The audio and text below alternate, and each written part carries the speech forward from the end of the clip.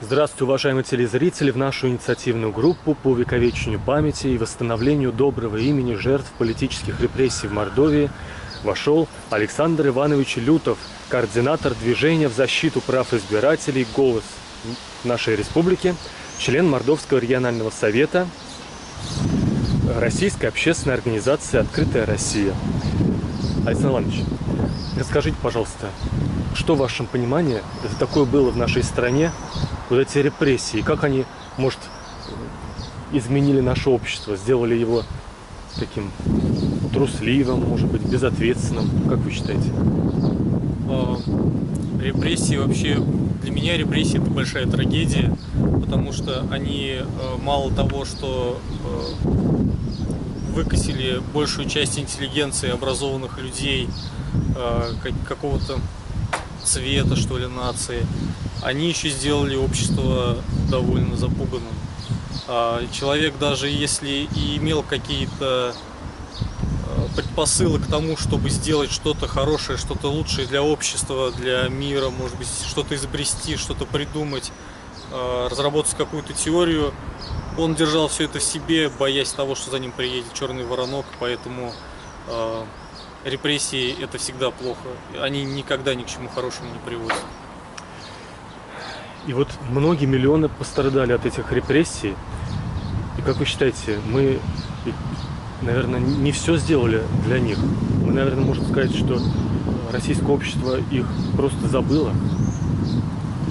Ну, на самом деле, оно не то, что забыло. Если бы забыло, мы бы сейчас с вами не разговаривали, правильно? Оно не до конца понимает, что, наверное, тогда происходило. Вообще, увековечивание памяти – это главное, что должно делать общество. Потому что если мы не помним, что у нас было в прошлом, мы рискуем это повторить в будущем, может быть, даже в настоящем. Поэтому всегда нужно помнить, что было, как это происходило и к чему это привело.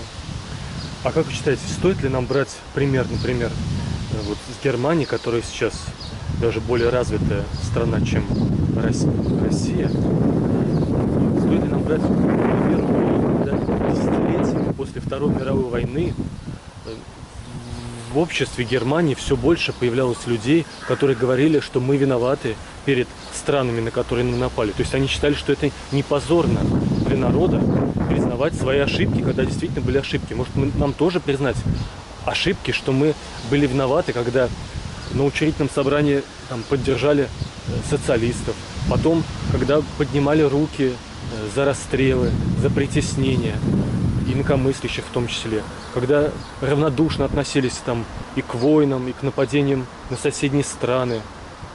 Стоит ли нам обвинять себя? Не унизит ли это национальную честь? Знаете, национальную честь скорее унизит то, что мы все это делали. То есть, если мы это делали, значит, мы себя унижали. А если мы признаем ошибки, это, наверное, признание – это первый шаг к исправлению. Поэтому нужно это обязательно признавать. Я считаю так. Полностью согласен, Александр Иванович. Переходим к нашим пожеланиям нашей инициативной группы. Я попрошу вас прокомментировать. Все они, наши пожелания, реализованы в десятках регионов нашей страны, из которых мы берем пример, потому что мы считаем, общество Мордовии не меньше возлагает на себя ответственность за гибель репрессированных, особенно в первой половине 20 века. И вот, первое наше пожелание в том, что мы считаем, что в Мордовии должно проводиться ежегодное поминальное мероприятие в память о жертвах политических репрессий, и желательно, чтобы руководитель исполнительной власти республики или законодательной ветви республики, все-таки как в некоторых других регионах, в день, допустим, 30 октября выступали со словами соболезнования живым репрессированным и их семьям. Вы знаете, это очень хорошо. Я считаю, что, лично мое мнение, что возлагать цветы или поминать как-то жертв, особенно жертв репрессий, потому что трагедия вдвойне, Если жертва просто, например, автокатастрофы, это трагедия, а жертва репрессий, это ее кто-то выбрал, эту жертву, кто-то репрессировал, это вдвойне трагедия-то. Пострадал не только человек, которого репрессировали, но и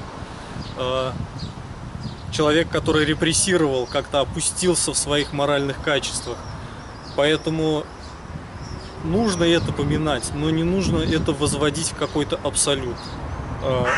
Да, это трагедия, но я вот не считаю, что какие-то торжества, не то что даже торжества, а вот мероприятие какого-то большого масштаба, просто нужно напоминать о себе, об этом, точнее, нужно напоминать обществу, что общество знало, что это было когда-то, и это нужно освещать в средствах массовой информации, но не превращать в цирк, как с некоторыми шествиями сейчас, посвященными Второй мировой войне.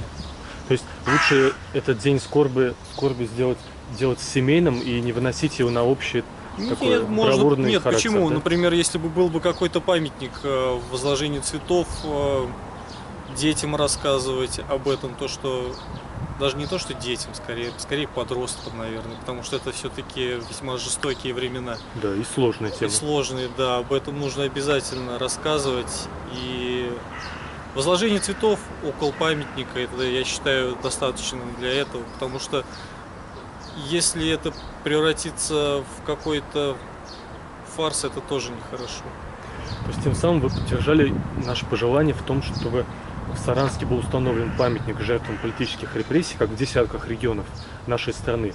И вот мы считаем, что так как памятники, допустим, Ленину или другие памятники, связанные там с духовностью и с жертвами Первой мировой войны, находятся около Советской площади, то желательно и там же должен находиться этот памятник, потому что в нем тоже страдали десятки тысяч жителей нашей республики, а по подсчетам расширенным вместе с раскулаченными, депортированными, даже сотни тысяч жителей нашей республики. Как вы считаете, вот важно именно центральное место? Ну, скорее да, чем нет, потому что если памятник будет стоять где-то на задворках города, большая вероятность, что его могут повредить вандалы, и вообще люди не согласны с таким вот мнением, с таким отношением к истории. Да, скорее всего, где-то в центральной части города было бы неплохо иметь памятник или мемориальную доску, что-то в этом роде, чтобы помнить. А еще часто люди бывают в разных регионах не согласны, когда вешают мемориальные доски на стенах последнего места жительства вот, расстрелянного, репрессированного человека.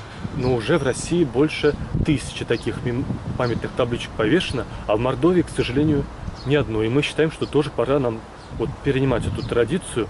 И как бы вы объяснили жителям, согласны ли вы с этим, или как вы бы объяснили жителям домов, вот старых, на которых можно было повесить табличку, если бы они выступали против того, чтобы вот так, с их точки зрения, ухудшали образ их дома, вот такой трагической табличкой?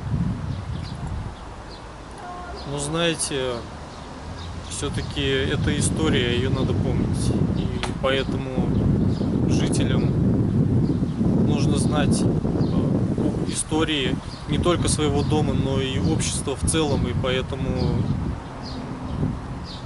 все-таки надо такие таблички вешать и с гражданами как-то, я даже не знаю, это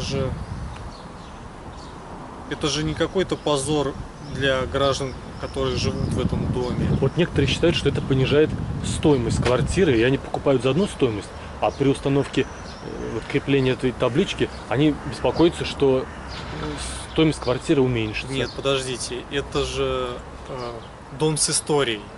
Как она может уменьшиться? Значит, у этого дома были какие-то, у этих квартир были какие-то хозяева, какая-то... Репрессировали же интеллигенцию, репрессировали людей с каким-то статусом, весьма умных людей. Значит, если там репрессировали кого-то, значит, у этого дома есть богатая история, а не просто 4 стены. Следующее наше пожелание, тоже в центре Саранска, или в одном из исторических зданий, или построить специальное здание для организации там музея памяти жертв политических репрессий. Тоже он есть в некоторых городах, даже по несколько музеев. Там и архивные материалы, и книги, все научные исследования, и воспоминания репрессированных, и там они могут собираться, там зал должен быть, чтобы люди могли научные конференции привести, вспомнить родных. Как вы к этому? Ну, вот то, что отдельно какое-то здание, я не знаю. У нас вот есть огромный краеведческий музей, почему не сделать там экспозицию репрессированных граждан? Постоянно действующие. Постоянно действующую, да. И также проводить там какие-то встречи, например, в День памяти репрессированных, проводить в краеведческом музее какие-то встречи, рассказы и что-то в этом роде. Потому что это тоже история нашего края. Такая трагическая. Да, это такая же история края, ничем не отличающаяся от любой другой истории. И вот для того, чтобы историки могли производить свои исследования, им нужны архивы без ограничений. Тем более, что период времени после репрессий, он огромный прошел, но до сих пор по некоторым периодам, по некоторым блокам информации засекречивают до 2042 года, или даже засекречивают те, что в 90-е годы были открыты архивы. Как вы относитесь к тому, чтобы без ограничения вот все эти архивы, связанные с репрессиями, обнародовать, чтобы историки могли сказать правду и современникам, и будущим поколениям? Но, если честно, я сомневаюсь, что там какая-то тайна государственная сверхвысокая. Там скорее большой стыд наших действующих руководителей, потому что это все-таки наследники той номенклатуры, которая занималась этими репрессиями, и они сейчас начинают действовать примерно такими же методами. Они просто стыдятся этого, поэтому да, хотелось бы, чтобы все это дело рассекретили, посмотреть, почитать, узнать, что происходило в те годы. Следующее, и номенклатуру, конечно, да, уничтожали. Я думаю, по большому счету, вот прямых заинтересованных теоретически быть не должно. Потому что репрессировали представителей всех профессий, всех номенклатурных слоев, и в том числе и сотрудников правоохранительных органов, спецслужб и так далее. И формально руководители всех высших органов исполнительной власти, правоохранительной, МВД, прокуратура, ФСБ и законодательную ветвь власти, они все осудили этот период, признали действительно необходимость реабилитировать, и из этого должно следовать открытие архивов. Просто, видимо, общество должно это потребовать, этот пазл до конца свестись, потому что если общество сошлось на этом мнении в общественном согласии, тогда и историческая база должна быть полностью открыта, да? Ну да, должна быть полностью открыта, но я боюсь, наши руководители считают, что наше общество не готово к такому потрясению, как открытие всех тайн тех времен, поэтому до сих пор откладывают как-то рассекречивание этих данных. У наше общество и квантовой физики не готовы, наверное, и потом у нас треть населения считает, что Земля, Солнце крутится вокруг Земли, то есть треть населения не готова к правде о том, как устроен космос и кто вокруг кого вертится. Вот следующее наше пожелание в том, чтобы продолжать реабилитацию тех, кого еще не реабилитировали. Потому что в середине 2000-х годов прекратился этот процесс, остановился, и отделы в прокуратурах республик в том числе расформировали, как я понял. И книги памяти. Вот у нас были 2 книги памяти в Мордовии. В 2004 году последнюю издали, и все. И, видимо, нет базы для того, чтобы издавать новую, потому что, видимо, отдел расформировали. Так я понял. Потому что, мне кажется, не все еще, даже миллионы людей в стране реабилитированы. И не по всем статьям признана виновность государства, преступность государства советского и такой, как сказать, неправовой характер таких вот уголовных статей. Как вы считаете, нужно ли всех до одного реабилитировать, кто безвинно пострадал от государства? Если человек безвинно пострадал, конечно, нужно его реабилитировать. Какие могут быть вопросы? И продолжить революционный процесс, да? Продолжить, естественно. И деньги на это не экономить, и штат сотрудников ни прокуратуры, ни других ведомств не экономить. Да. Вот в том числе вы говорили, что нет уже тех тайн, которые могут скрываться в архивах, связанных с репрессиями, в спецотделах, которые могут нарушить счастливое пребывание нашего общества. Все эти тайны, они не навредят обществу, а только откроют глаза обществу и помогут им в дальнейшем не совершать ошибок. В частности, мы считаем, что пора уже обнародовать географически точное месторасположение всех мест массовых захоронений, в частности, на территории нашей республики. Только случайно в 2004-2005 годах нашли 2 места на юго-западе Саранска, у ручья Перефлей, Богоявленский родник, и в Рамаданском районе, в селе Большой Чуфарово. А их мест, видимо, около 10. И в Ордатове была расстреляна, тюрьма расстреливали, и в Зоополяне там были лагеря, там тоже расстреливали. И в Саранске было несколько мест захоронений, говорят, и в Зеленой роще, и там в Атимарском лесу. И это только по слухам. То есть все эти карты, с нашей точки зрения, нужно обнародовать. А они, все эти карты, есть, потому что в Ленинграде Левашовская пустошь, 40 тысяч расстрелянных, в 90-х годах обнаружили документ с картами, где находятся места массовых захоронений. А значит, они есть во всех регионах. И значит, эту информацию нужно открыть, как вы считаете? Ну, конечно, потому что это же кладбище. Да. Кладбище людей. Почему бы просто хотя бы не поставить там памятник этим людям? Просто чтобы понимать. Это все нужно раскрыть, чтобы понимать масштабы трагедии. Просто если посмотреть, если, как вы говорите, 10, как минимум 10 мест захоронений, даже если на карте нашей небольшой республики их разместить, это довольно-таки плотно получится. Это очень страшно, на самом деле. Нужно понимать то, что это не просто точки на карте, это места, где умирали люди. И часть этих людей, там в основном репрессировали, советская власть репрессировала простых людей, крестьян, рабочих, там, матерей-одиночек, вот я в книге памяти листаю, безработных, в общем, там представители рабочих, там больше всех представители рабочих профессий, то есть советская рабочая власть, так называемая, репрессировала, рабоче-крестьянская, репрессировала в основном рабочих крестьян.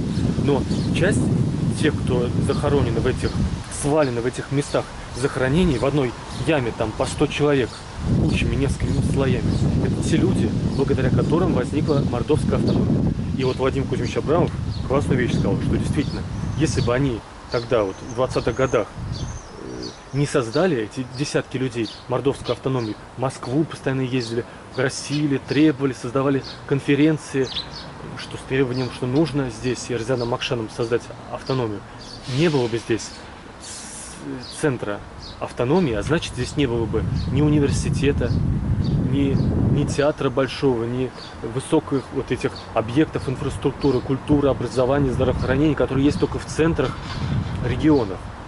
И если бы не они, мы бы были обычным там маленьким пензенским городком, у которых не было бы всех этих объектов ни культуры, ни образования, ни здравоохранения.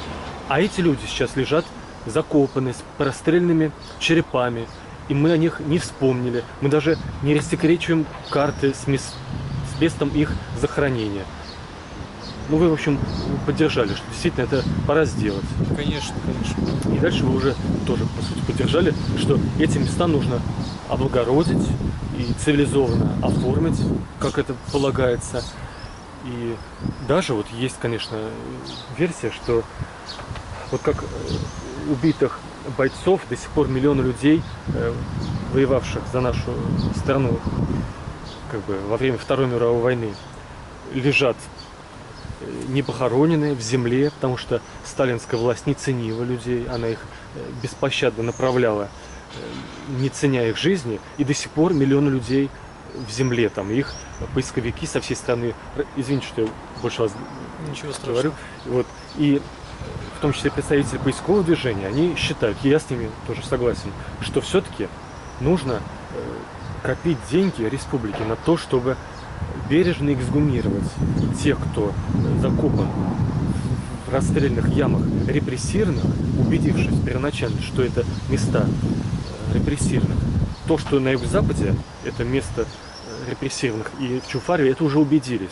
Это уже, можно сказать, гарантированно. И там и памятник МВД поставило, и сотрудники прокуратуры говорили, что это именно в этом месте расстреливали. И сотрудники НКВД, которые возили и расстреливали, тоже в ходе допросов в 90-х годах, они говорили, что это в этом места мы возили и здесь расстреливали. И вот часть нашей инициативной группы считает, что нужно и эксгумировать, перезахоронить, и потратить деньги на идентификацию личности биологическую, чтобы лет через 10-15, когда это станет дешево, можно было определить их личность. Как вы считаете, стоит вот деньги потратить на такую инициативу? Или это уже избыточно и не стоит тревожить их там прах, когда они вместе? Вот знаете, спорный вопрос, потому что материальное положение нашей республики все довольно-таки печально. Да. И стадион 300 миллионов мы в год тратим, у нас денег нет. Это ошибка, как и многие инфраструктурные проекты в нашем городе. Поэтому, может быть, и поэтому у нас так все печально, что у нас слишком много ошибок. А ошибки, они имеют свойство накапливаться, поэтому они накопились так, что у нас все очень печально с деньгами сейчас. Возможно, когда материальное положение республики будет более адекватным, тогда можно будет потратить денежные средства на это. Но сейчас, если честно, у нас мост даже год построить не могут с одного района в другой. Да. Поэтому, может быть, в дальнейшем, да, сейчас пока на данный момент нужно адекватно оценивать ситуацию, и сейчас если только поставить какие-то памятные таблички и пока что не тревожить этих людей. Но вот есть еще такое, как сказать, мероприятие, которое совершается иногда, в том числе на Бутовском полигоне, в Коммунарке, где больше всех расстреливали на этих двух, в Москве. Там возвели мемориальный комплекс памяти жертв политических репрессий, и даже, можно сказать, в десятках регионов есть, где, чтобы жители, приходя на место захоронения, видели, что там территория оформлена, там люди понимают, что это не просто поляна, где можно там шашлыки, или можно картошку скопать, или можно это снести, дом живой построить, а чтобы было видно и архитектурно, там, и скульптурно, что здесь, то есть мы считаем, что мемориальный комплекс, вот часть нашей инициативной группы считает, что можно возвести мемориальный комплекс, тоже если появятся деньги на это. Ну, естественно, если деньги появятся, почему бы и нет. На самом деле многие народы делают подобные вещи в память о каких-то массовых жертвах, массовых трагедиях. Поэтому, да, скорее всего это надо делать, но опять же все упирается в деньги. Если будут деньги или хотя бы не так все печально будет у нас с бюджетом в регионе, то почему бы и нет. Я даже за то, чтобы ради этого еще долг увеличить. Ради того, уж это... Нельзя ставить интересы мертвых выше интересов живых. Поэтому сейчас, да, лучше, конечно... Тоже правильно. Тоже. То есть мы должны держать в предстоящих планах вот, совершение, как сказать, реализацию правильного отношения к ним. Ну, конечно, мы не должны ради этого отключать больницы, детские сады от электричества, чтобы и сокращать зарплаты, там, да, увольнять учителей. Ну что, уважаемые телезрители, очень я благодарен нашему новому члену инициативной группы Александру Ивановичу Лютову, координатору движения в защиту прав избирателей «Голос» в нашей республике. Спасибо вам большое. Спасибо.